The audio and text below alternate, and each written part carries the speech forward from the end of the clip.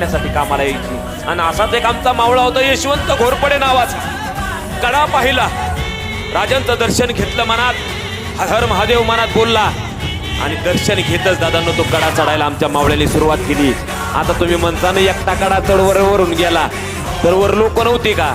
पण दादांनो तो द्रोणगिरीचा कडाच असा होता की त्या कडावर ब्रह्मदेव जरी आला तरी त्याला खालून वर चढता यायचं नाही.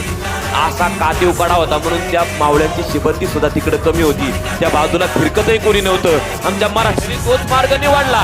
आम्ही इथूनच कोंढाण्यावरती जाऊ शकतो. आणि त्या वक्ताला तो आमचा यशवंत घोरपडे मावळा वरती चढला. कमरेचा दोर सोडला, एका झाडाच्या बुंद्याला तोडला, पुन्हा दोर खाली सोडला आणि सब एक एक मावळा वर करत हळूहळू हळूहळू आमची सारी फौज 500 बाल सवंगडी सगळे आमच्या मावळेवरती जवळ आले. जसे मावळे जवळ आले तसं तानाजी मालुसरे बोलतोय, सूर्याजी मालुसरे सोबत होता सक्का भाऊ सोबत. अरे माझा भाऊ मोहिमेवर